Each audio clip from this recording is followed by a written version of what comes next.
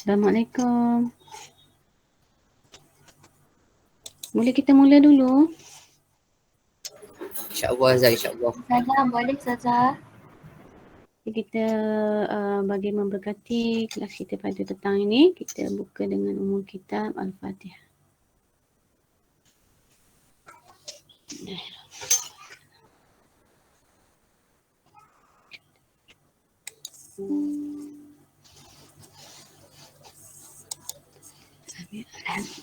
Okey.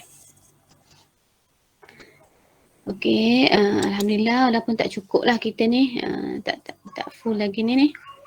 Ustazah harap bolehlah yang lain boleh PM kawan dia yang tak datang lagi tu ya, untuk hadir kelas pada petang ni. Okey, jadi ini tajuk terakhir kita pada petang ni. Malam. Malam. Okey. Malam. Okey. Ustazah. Okey, tajuk terakhir pertumbuhan ekonomi ya. Pertumbuhan ekonomi ni sebenarnya tak banyak sangatlah perbincangan mengenai pertumbuhan ekonomi. Okey, jadi kita tengok apa dia faktor-faktor yang menyumbang kepada pertumbuhan ekonomi. Okey, kalau di sini dinyatakan ada 3 lah. 3. Yang pertama dari sudut pembentukan modal, sumber manusia, sumber modal overhead atau sosial ataupun modal infrastruktur. Okey, kita tengok apa yang dimaksudkan dengan pembentukan modal. Okey, jadi punca utama kelembapan ekonomi di negara-negara miskin dan membangun kekurangan dalam bekalan input untuk menjana proses pengeluaran. Maksudnya nak jana proses pengeluaran, walaupun kalau kita tengok ada setengah negara tu dia bahan mentah dia banyak tapi dia kekurangan input lain untuk contohnya barang modal kilang, mesin, peralatan. Jadi menyebabkan maksudnya negara tu tak boleh nak proses bahan input dia tu. Okey, kalau bahan mentah yang input dia tak ada tu lagilah. Jadi kalau kita tengoklah ya, negara-negara miskin contohnya Afrika ke apa kan, banyak juga yang disebabkan tidak ada ni lah. Even negara kita sendiri pun, sebab apa kalau kita tengok dengan Singapura, walaupun bahan mentah dia kurang tapi dia banyak apa tu bekalan input nak jana ni. Sebab tu kalau kita tengok contoh buah pun dia boleh eksport. Sedangkan mana ada dia tanam, ada banyak tanah pun nak tanam buah-buahan kan. Tapi boleh dia eksport pula. Gitulah. Okey, dengan adanya sumber modal, sebuah negara dapat memproses semua bahan mentah yang ada. Contoh pada awal pasca merdeka, Malaysia banyak ekspor bahan mentah seperti getah, biji timah. Jadi lepas kita berjaya nak proses sendiri sumber tempatan tu, jadi kita tak ekspor dah. Contoh getah tu kita boleh ekspor terus, tayar kan. Jadi macam tu. Itulah. Jadi kalau kita ekspor tayar, contohnya ekspor apa tu, sarung tangan, sarung getah lah, sarung tangan getah. Kan dia harga lain dah. Secara maksudnya kita ekspor bahan mentah tu sendiri. Okey. Jadi modal tu juga kadang-kadang dibolehi daripada pembunuh langsung asing, bantuan daripada negara-negara luar, tu dia. Okey, seterusnya sumber manusia. Okey, sumber manusia ini jadi kalau ada modal saja tak cukup kan. Dia kena ada buruh. Dari sudut buruh mahir. Okey, buruh yang berpengetahuan dapat menggunakan semua modal dan input bahan mentah yang ada untuk proses pengeluaran. Okey, untuk menghasilkan output pada tingkat yang efisien.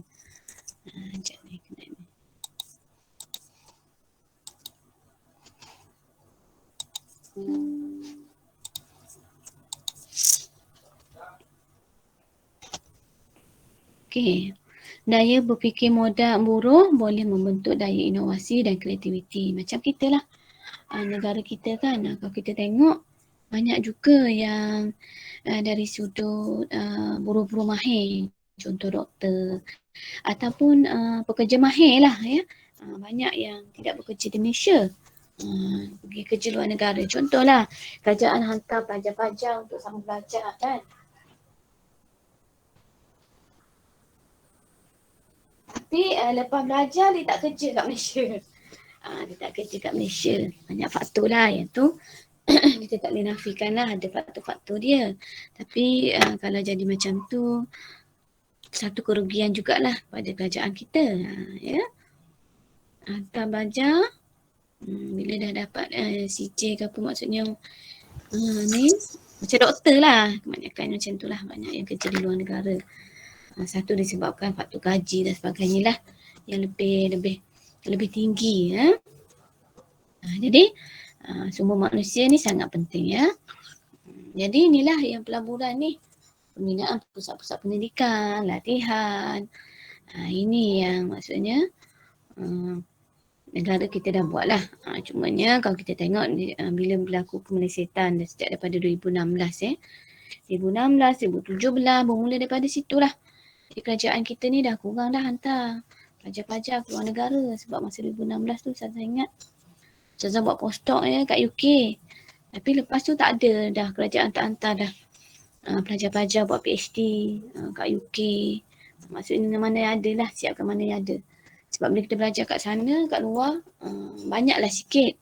Kerajaan kena berbelanja kan untuk dia punya apa tu, allowance di luar negara. Macam Ustazah sendiri pun adalah allowance, berbeza lah kalau kita belajar di luar negara dengan dalam negara kan. Jadi perlu, itulah yang kita namakan pelaburan ya, pelaburan sumber manusia. Okey. Sumber modal, overhead sosial atau modal infrastruktur merupakan tidak terlibat secara langsung dalam proses pengeluaran. Namun modal sosial ni mempercepat berlakunya proses pengeluaran. Apa dia ni? Terdiri daripada jalan raya, infrastruktur asasnya, sistem saliran, penjana tenaga, pelabuhan dan sebagainya. Jadi kalau ikutkan pengeluaran ni boleh berlaku tanpa modal ini, tapi lambatlah. Contoh ya, kalau kita ada highway lah, kita ada highway kan, jadi cepatlah sebenarnya kalau kita nak apa tu nak angkat barang, nak actually dia punya ni lah barang-barang kan. Kalau kita tak ada highway, jauh jalan, benda-benda gitulah. Ni dia support ya. Dan apa lagi? Sistem perhubungan ya, telefon, internet dan sebagainya. Okey. Jadi modal yang infrastruktur ni jadi efisien.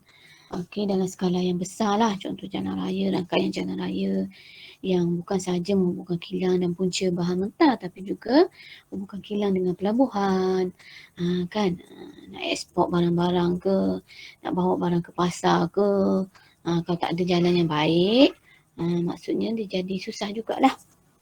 Okey.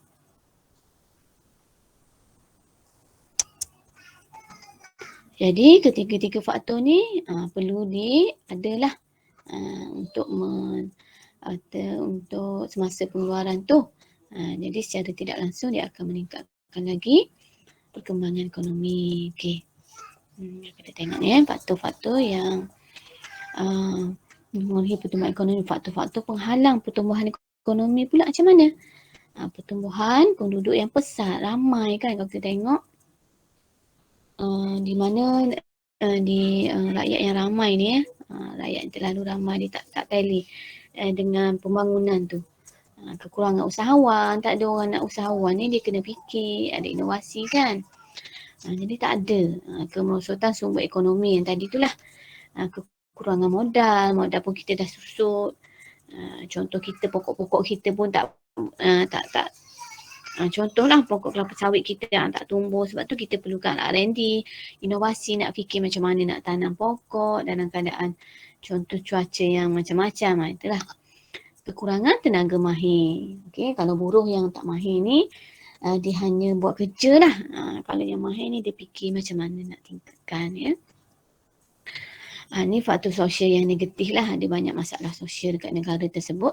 Itu pun menghalang daripada berlakunya pertumbuhan ekonomi. Okey. Faktor menghalang pertumbuhan ekonomi, pertumbuhan yang pesat. Okey. Kita tengok yang poin-poin tadilah. Lebih banyak sumber ekonomi untuk digunakan untuk menanggung keperluan penduduk yang tidak produktif seperti kanak-kanak kan. Kanak-kanak kita tanggung dia. Jadi dari sudut kesihatan kan, bila kanak-kanak mungkin contoh sihat tak sihat ke apa kan. Jadi itu dia. Masalah ini menyebabkan bilangan penganggur apabila peluang pekerjaan dicipta tidak secepat. Maksudnya dia tak boleh nak catch up dengan kadar pertumbuhan penduduk yang sangat tinggi. Kekurangan usahawan ni apa? Kekurangan usahawan mendekat usaha R&D kan. Usahawan dia kena fikir macam mana nak tingkatkan pengeluaran dan sebagainya. Kemerosotan sumber ekonomi. Contoh kita kan balak pun dari sudut kepumpusan pokok daripada pembalakan. Kehausan bahan galian. Contoh tiba-tiba kita punya minyak kita kan, petroleum kita kurang ya. Bekalan bahan mentah yang ditemukan industri terputus. Okey, contoh dari sudut pembalakan ni kalau kita tidak rancang dengan baik kan. Maksudnya balak dah habis tebang. Dia banyak dah. Bukan sahaja balak tu yang habis. Dari sudut satu lagi, dari sudut berlaku. Contohlah macam kita baru ni kan banjir dan sebagainya kesan dia. Jadi pembalakan ni perlu dilakukan secara terancang.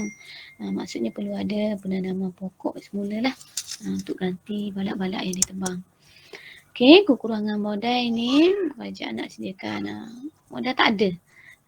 Ya, menyebabkan menjejaskan peningkatan produktiviti lah. Ya. Kekurangan tenaga mahir. Jadi kekurangan tenaga buruh menyebabkan kegiatan ekonomi terbatas pada aktiviti tradisional dan produktiviti pada yang rendah je lah. Jadi kalau tak ada tenaga mahir ni dia buat maksudnya tak adalah buat inovasi. Sekadar nak keluarkan je lah.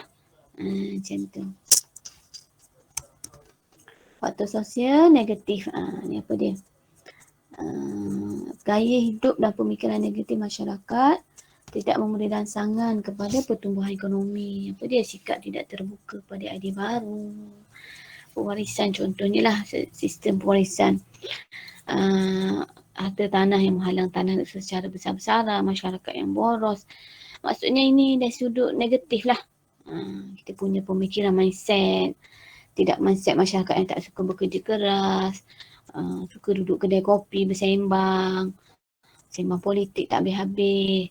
Maksudnya ni dah, maksudnya kita punya tabiat masyarakat kita lah yang negatif kan. Minda. Kalau kita tengok baru ni contoh kat Yuniza kan, masa hari tu pernah ya kita buka pintu pagar kita,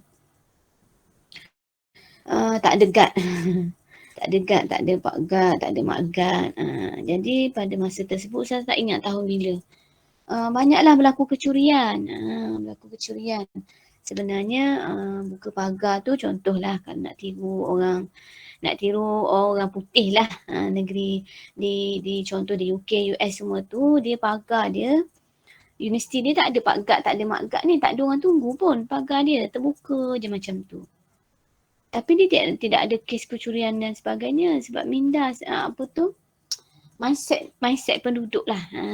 Mindset. Dia orang tak ada yang pecah-pecah masuk nak mencuri ke apa, tapi dia tak sama dengan mindset masyarakat kita.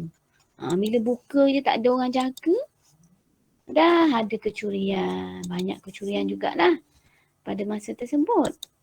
Pecah masuk dalam kawasan Yuniza ni. Jadi kita tak boleh ikut. Ada benda yang bagus. Tetapi disebabkan mindset kita, penduduk kita ni masih di tahap orang kata minda kelas ketiga ke apa kan. Jadi tak boleh ikut. Jadi ini juga salah satu faktor jugalah. yang boleh menghalang daripada berlaku pertumbuhan ekonomi. Gitu. Jadi macam mana kita nak ubah mindset ni? Melalui pendidikan lah. Melalui pendidikan, ramai orang belajar, fikiran terbuka, kan? Melalui education, ya. Okey, habis dah. Sikit je pertumbuhan ekonomi ni sebenarnya tajuk dia. Faktor-faktor yang menyumbang kepada pertumbuhan ekonomi dan faktor-faktor yang menghalang kepada pertumbuhan ekonomi. Ini dia. Ada soalan tak?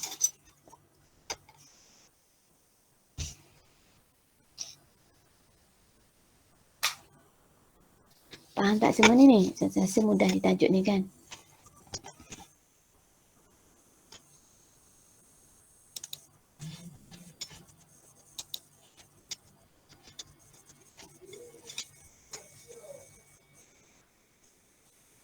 Okey tak ni? Senyap je ni.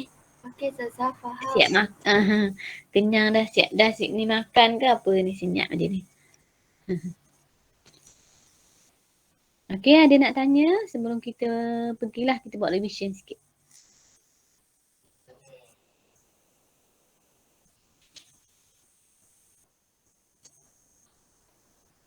Okey. Jadi kita dah buat semua assessment kan, penilaian kita dah buat. Dan kita tinggal satu lagi lah penilaian, iaitu kita ada ujian 2. Ujian 2 yang kita akan buat pada hari Ahad ni. Hari Isnin.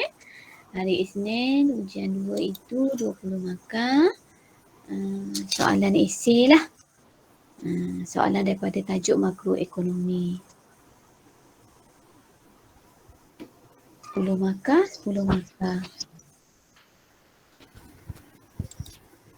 Ustazah, makan bonus tak ada ke Ustazah? Tanya je. Makan bonus kot mana tu? Okay. Allah, mana tadi?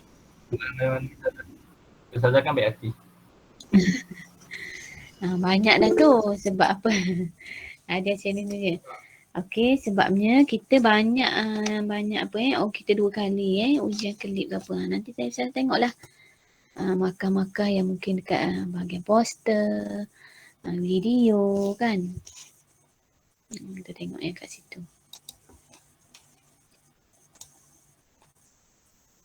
Jadi kita kalau tengokkan yang penilaian ni, ujian yang 3 kali lah kuis, ujian 1 dan ujian 2. Yang lain berbentuk tugasan lah. Saya harap okey lah tugasan buat tu.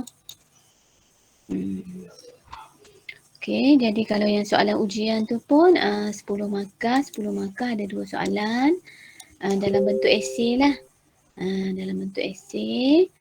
Jadi soalan pun tak adalah susah sangat cumanya kena apa tu? Kena ingat kalau untuk jawab soalan tu mungkin ada 2 poin lah yang Ustazah minta 2 poin tu jadi 5 markah. Jadi bila jawab tu kena pastikan ada isi Isi tadi Ustazah bagi pada 1 markah sebab 2 poin kan untuk satu soalan.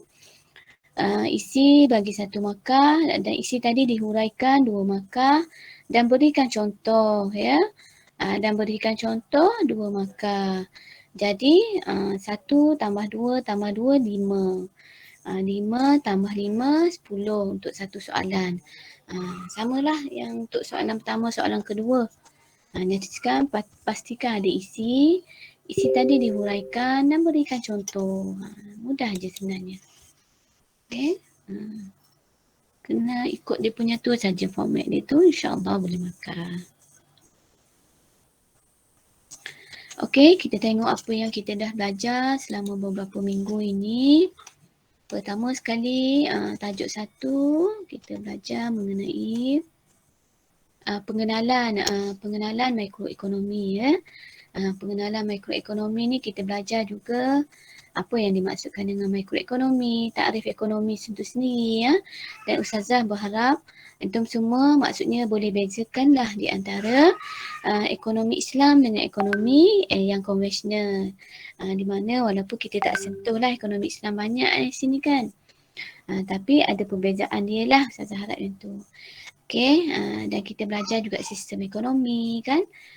Bagaimana pasaran tu yang setiap pasaran tu kan dia bergantung kepada sistem ekonomi sesebuah negara. Okey, itu dalam makroekonomi. Seterusnya kita belajar teori permintaan dan penawaran. Kita belajar hukum permintaan dan hukum penawaran. Apa dia faktor-faktor yang mempengaruhi permintaan dan penawaran. Ini macam yang kita ni jugalah. Apa macam kita boleh reflect pada diri kita lah kan. Apa maksudnya ini cuma memberi kesedaran lah kepada kita. Kita beli barang tu atas sebab-sebab apa kan. Okey, yang seterusnya keanjalan permintaan dan penawaran. Kat sini kita nak tengok perubahan harga itu dibagi kesan tak kepada perubahan permintaan dan penawaran. Itu. Ini kita tengok secara logiknya ada perubahan dah kan. Tapi walau bagaimanapun ada juga yang tidak berubah. Disebabkan jenis-jenis barang tu sendiri ya, jenis-jenis barang. Ada barang tu harga naik, harga turun tapi kalau disebabkan dia memang kita perlu, tak berubah juga. Okey, ini membantu kita tengoklah. Kena pasti ekonomi kita ni macam mana negara barang-barang bagi barangan. Okey, seterusnya kita belajar mengenai teori gelagak pengguna. Okey. Kalau kita tengok pengguna ini kalau ikut teori konvensional lah, dia berdasarkan kepuasan kan dia beli barang tu. Kepuasan kan. Okey, seterusnya teori kos pengeluaran. Okey, teori kos pengeluaran ni apa faktor-faktor yang menyebabkan pengeluar dikeluarkan barang ya. Ada banyak juga kos-kos yang terlibat yang kita kena pasti. Ini bagi anak-anak pelajar semua, contoh kalau dia nak jadi usahawan, kena tengoklah tajuk ni betul-betul kan, kena belajar, kena study. Sebab apa bila kita keluarkan barang, sesuatu barang, dia kita bukan saja kira kos barangan tu, ada kos-kos lain yang kita perlu kira kan. Elektrik, sewa kedai ke apa. Maksudnya itu dia. Okey, itu bagi teori kos pengeluaran. Okey, seterusnya kita belajar bentuk-bentuk pasaran ya. Dalam pasaran negara kita ada bentuk-bentuk dia bagi jenis-jenis barangan ya tertentu. Bagi barang-barang tertentu ada bentuk-bentuk pasaran dia. Okey, seterusnya pengukuran makroekonomi, kita masuk kepada tajuk makroekonomi yang kita lihat dari sudut yang lebih besar lah. Dari sudut pengangguran, apa dia pengukuran makroekonomi ni, apa dia matlamat ekonomi, bagaimana nak capai, kan apa halangan dia, apa masalah dia. Okey, yang tu pengukuran dia macam mana kita nak ukur. Okey, perakaunan pendapatan negara, macam mana kita nak kira pendapatan negara. Contoh ada beberapa kaedah. Kaedah-kaedah tersebut kita kira ya, nak kira kita punya pendapatan negara. Okey, seterusnya kita belajar mengenai keseimbangan pendapatan negara. Macam mana kita nak bagi pendapatan negara kita seimbang. Kan bagaimana? Okey, seterusnya tajuk 10 wang ya. Proses pembuatan wang tu berlaku macam mana. Okey, dan tajuk 11 mengenai sistem perbankan ya. Kita lihat. Ini sini kita belajar sikit perbankan Islam kan. Okey, sistem perbankan yang ada kat negara kita, ada sistem apa tu? Ada institusi kewangan yang bukan bank, yang bank. Ini untuk bantu kita kena pastilah. Contohnya KWSP ni sebagai apa dan apa ya. Okey, yang seterusnya kita belajar mengenai dasar fiskal dan dasar kewangan. Bagaimana kerajaan ya, tindakan kerajaan ya untuk membantu memulihkan keadaan ekonomi negara kita lah, sama ada dalam keadaan inflasi ataupun deflasi dengan menggunakan dasar fiskal dan dasar kewangan. Okey, dan tajuk terakhir ialah pada hari ini kita belajar dari sudut pertumbuhan dan pertumbuhan ekonomi dan apa dia yang menghalang daripada pertumbuhan ekonomi secara umum. Jadi Ustazah ingatkan kita belajar ni umum je, general. Mungkin sini junior-junior nanti sebab kita ada perubahan selepas ni untuk mengantar ekonomi ni mungkin 3 jam tak silap Ustazah. Lepas ni mungkin agak lebih detail sikit lah. Jadi untuk pengenalan ini bagi antum semua yang 2 jam kita hanya belajar yang surface-surface sajalah. Belajar surface untuk supaya kita tahulah ya sedikit mengenai ekonomi dari sudut mikro dan juga makro ekonomi. Yang kita sebut maksudnya kita lihat mikro ni dia lebih dari sudut mikro lah. Isi rumah dan sebagainya. Makro ni kita lihat dari sudut yang lebih besar dari sudut negara ya. Okey, jadi ada soalan tak setakat ni?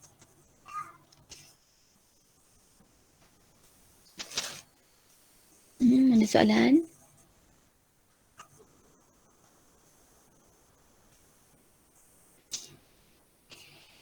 Ada soalan tak ni?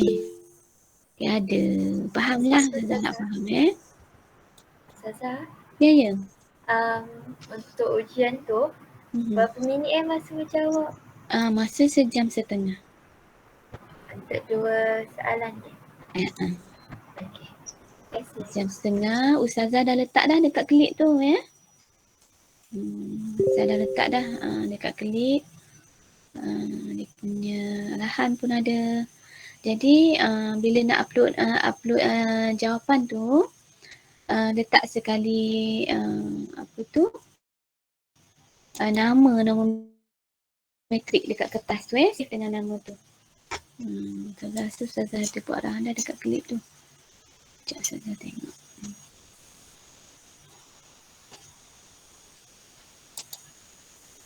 Upload tu.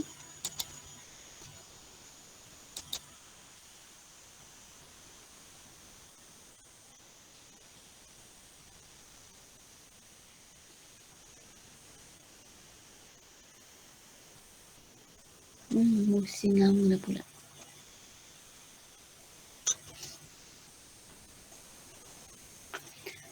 Jadi kalau ikutkan ini kelas terakhir kita lah sebelum kita ujian. Sekejap saya tengok.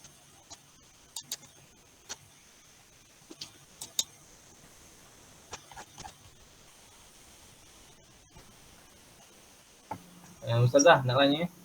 Ya. Sem depan kami face to face ke separuh face to face separuh online ke full online juga?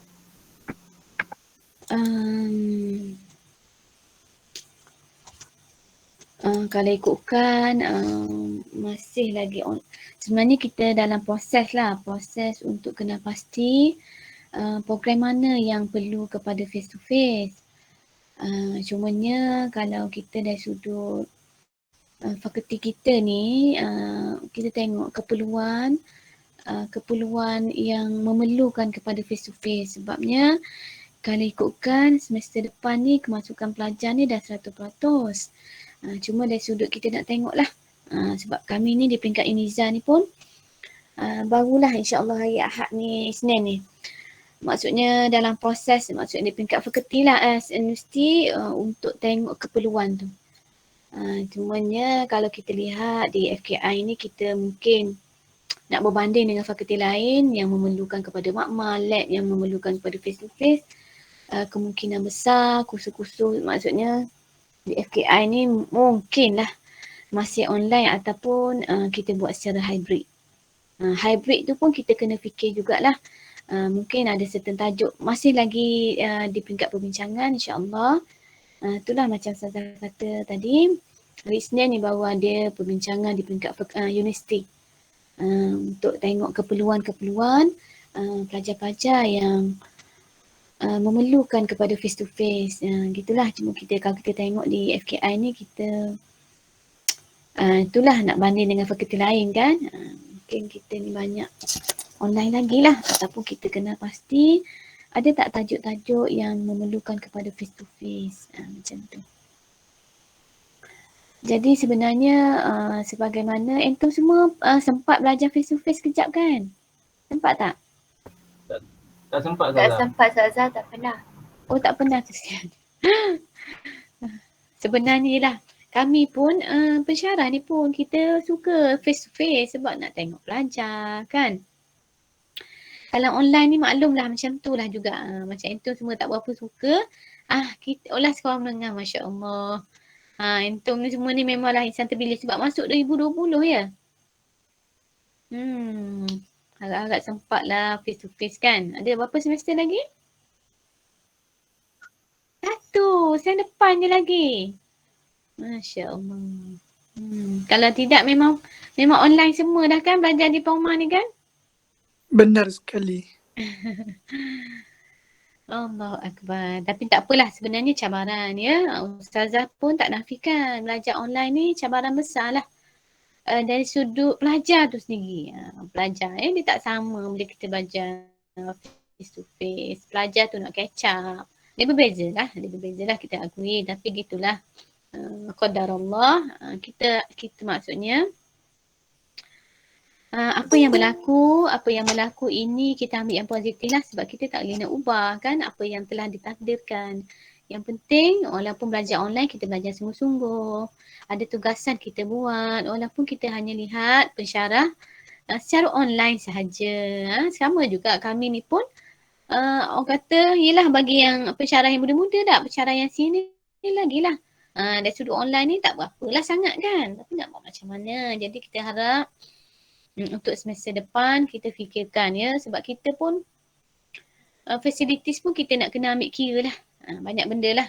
Cuma di peringkat FKI ni pun kita akan ada perbincangan jugalah untuk tengok khusus ataupun program mana yang memerlukan kepada face to face.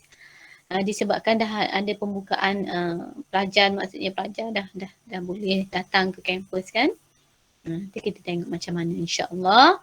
Ada rezeki adalah tu ya. Ada rezeki adalah tu kita boleh berjumpa dengan kita punya murabi kan. Kita pun Ustazah pun sebagai pensyarah pun tak sabar-sabar juga nak jumpa pelajar-pelajar kan. Ni tak jumpa langsung kan ni kalau yang batch ni kan. Tak apalah. InsyaAllah. InsyaAllah ada rezeki kita boleh jumpa face to face.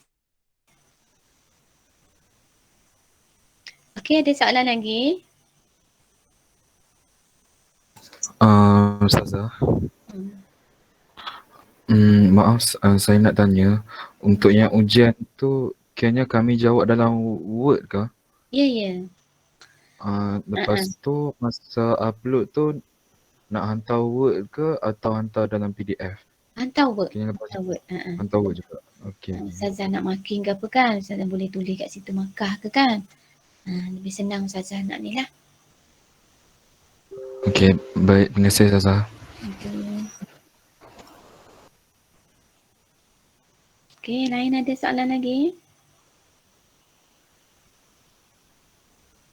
Ustazah harap pengantar ekonomi ni adalah ya sedikit sebanyak ilmu yang kita dapat ya. Dari sudut makroekonomi, makroekonomi adalah gambaran sikit ya kepada kita ni ya, walaupun kita belajar ni secara umum sahajalah.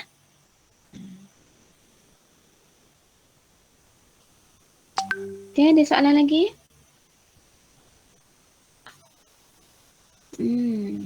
Ada lagi? Kalau tak ada soalan dah, tak ada ni. Jadi kita ambil gambar sekejap di akhir kelas nanti. Cuma di kesempatan ini Ustazah nak mohon maaf di atas segala kekurangan lah. Di pihak Ustazah yang menyebabkan Anton tak berapa faham. Susah nak ni ke ya dari sudut pelajaran ini. Apa-apalah dan Ustazah doakan semua anak-anak pelajar berjaya lah. Berjaya bukan sahaja bagi subjek ini tapi semua subjek. Dan Ustazah sebenarnya ialah walaupun itu semua belajar secara online, gitulah kehidupan kita ni orang kata perlu diteruskan kan. Mana yang orang kata kita ambil dari sisi positifnya lah. Dari sisi positif mungkin adalah benda yang pro and cons dia kan. Adalah pro and cons dia tu yang mana kita mungkinlah kita sedikit sebanyak bantu kita lah untuk lebih kreatif, buat kerja online ni kan. Okey. Jadi itulah Ustazah mengharapkan semua berjaya dalam kehidupan, dan kita ingat kita belajar dan Ustazah mengharapkan jugalah lepas ni kalau kita tidak ada halangan dan sudut nak sambung belajar lagi. Belajarlah hingga ke peringkat yang lebih tinggi, sebab ilmu itu dia ibarat seperti lampu cahaya kan, dia menyuluh kehidupan kita. Banyak benda yang kita boleh banyaklah dari sudut ilmu ni boleh bantu kita kan. Kalau lampu, kalau lilin tu suluh kehidupan tu, kalau jalan tu gelap ada lampu, insya-Allah tak jatuh. Itulah konsep ilmu sebenarnya. Dan kalaupun kita tak boleh menyambung pelajaran di peringkat ijazah sarjana muda disebabkan ada halangan, kekangan kewangan dan sebagainya, tak apa, insya-Allah sambunglah di peringkat, maksudnya belajarlah secara informal ya. Belajar secara tak formal ya, belajar jangan pernah jemu untuk belajar. Ilmu itu ada di mana-mana. Yang penting kita ni kehendak kita lah. Orang kata tepuk dada tanya iman ya. Kita nak ke tak belajar ya, jangan pernah berhenti belajar ya. Itulah sedikit pesanan daripada Ustazah untuk anak-anak pelajar supaya belajarlah, maksudnya jangan pernah berhenti belajar ya. Walaupun dalam keadaan yang mungkin susah, sukar ya, kita tak tahu. Ada dalam kalangan kita yang ada hari-hari sukar ya dalam kehidupan. Contohlah bila berlaku pandemik COVID-19 ini memberi kesan kepada keluarga dan sebagainya, tapi ingat Allah tidak pernah zalim kepada hamba-Nya. Setiap apa yang berlaku ada hikmah dia. Jadi kita sebagai hamba kena ambil lah apa yang kena lihat dari sisi positif dan kena selalu pegang bahawa Allah tidak pernah zalim. Apa yang berlaku ini ada hikmah dia. Itulah sedikit pesanan lah daripada Ustazah. Dan Ustazah doakan semoga semua berjaya lah. Berjaya dunia akhirat, dan dari sudut kewangan ataupun ekonomi ini, kita dari sudut kewangan lah terutamanya muamalat ke apa, buat amalat lah dengan muamalat Islam, apa yang Ustazah pernah sentuh sikit-sikit sebelum ni walaupun Ustazah tak fokus sangat kan. Jadi kita sebagai orang Islam berpeganglah dengan tali Allah tadi itulah, benda-benda yang tidak yang bercanggah dengan Islam, contoh ada riba dan sebagainya, kita minta jauh lah, kita jangan ambil ya, yang Ustazah ada sentuh sikit-sikit lah walaupun tak secara detail ya. Jadi yang bercanggah, yang tidak patuh syariah kita buang ya, sebab kehidupan kita ni sementara. Ustazah pun kan bila convocation kan baru lepas, ada anak-anak pelajar yang meninggal kan, ada pun sahabat kita yang meninggal masa main futsal. Jadi umur kita ini sebenarnya tidak ada jaminan sampai bila umur kita ni ada kan. Jadi mungkin ya, jadi yang meninggal tu pun ada beberapa juga bukan daripada FKI saja, daripada fakulti lain. Jadi mak yang ambil skor kat atas pentas. Jadi itulah ya, kehidupan kita ni sebenarnya mungkin singkat, kita tidak tahu. Jadi kehidupan kita yang ada ni gunalah, penuhilah dengan benda-benda yang berfaedah ya. Yang tidak maksudnya Allah redha lah kepada kita. Kehidupan kita penuhi dengan perkara-perkara yang Allah redha. Jangan kita penuhi dengan perkara-perkara yang lara, yang Allah murka kepada kita. Dia nak buat sesuatu, cuba tanya kalau ini amalan ahli syurga ke amalan ahli neraka. Contohlah ya, Ustazah tak nafikan kita muda-muda nak main game ke apa dan sebagainya kan. Cuma ada limitasi dia lah. Yang Ustazah harap anak-anak pelajar lah, terutama pelajar FKI lah, yang kita harapkan mereka lah akan jadi duta-duta kita di kampung mereka dan sebagainya, dalam keluarga.